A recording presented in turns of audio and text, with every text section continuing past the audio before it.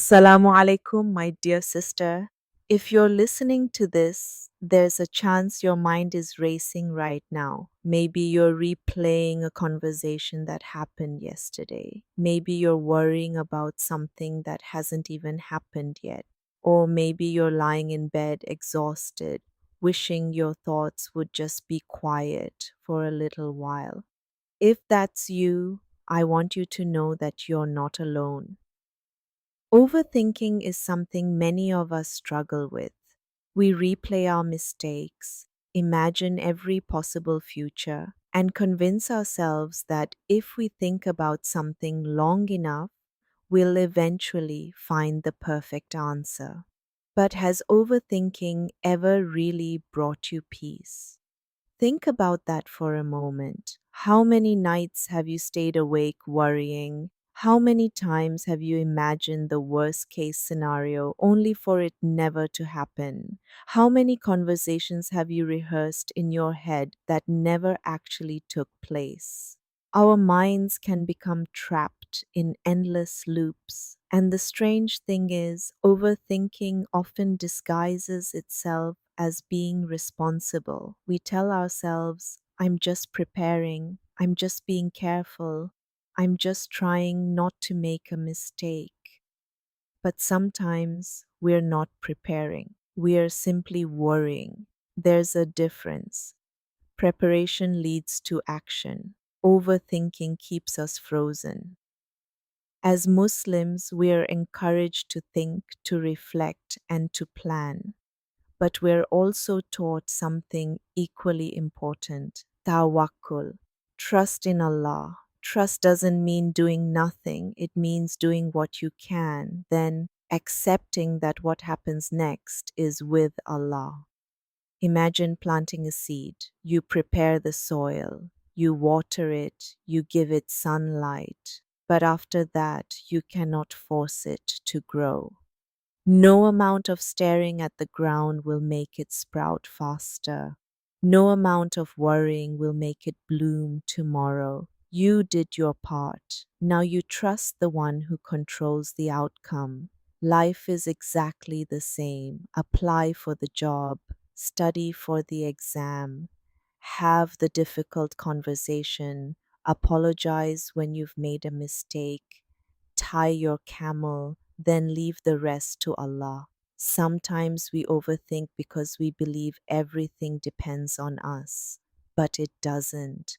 Allah is Al Wakil, the best disposer of affairs. He sees what we cannot, He knows what we do not, and He is writing a story that is far bigger than the tiny chapter we're stuck rereading.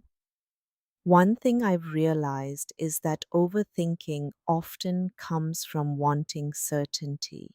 We want guarantees. We want to know if this person is right for us, if this job is the best choice, if this decision is the correct one, if we'll succeed, if we'll fail. But Allah never promised us certainty about tomorrow. He promised us that He is with those who trust Him. Sometimes we spend so much energy trying to predict the future that we completely miss the present.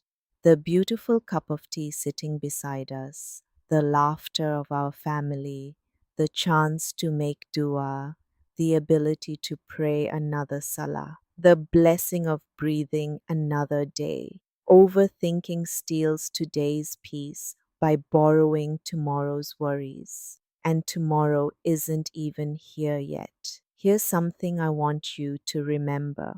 Every difficult situation you've survived, at one point, it was something you thought you'd never get through. Think back. There was probably a day when you cried yourself to sleep, a day you thought your heart would never heal, a day you couldn't imagine smiling again. Yet here you are.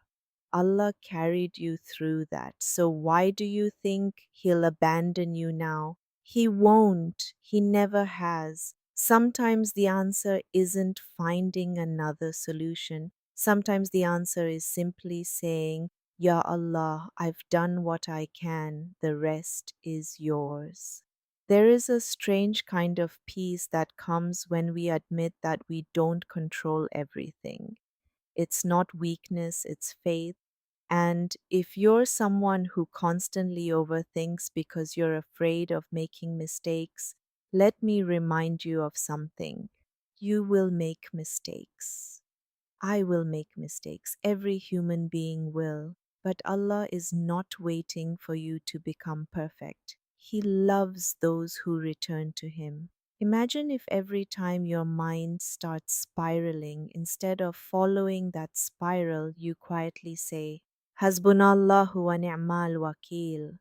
Allah is sufficient for me, and He is the best disposer of affairs. Not because your problems disappear instantly, but because your heart remembers who is carrying them. Sometimes we treat our thoughts as facts. Just because you think something doesn't mean it's true. Just because you're afraid doesn't mean danger is coming. Just because you're imagining rejection doesn't mean you'll be rejected. Your mind tells stories. Your heart doesn't have to believe every single one. When you notice yourself overthinking, pause. Take a slow breath. Ask yourself, is there something I can actually do about this right now? If the answer is yes, do it. If the answer is no, then maybe it's time to hand it back to Allah.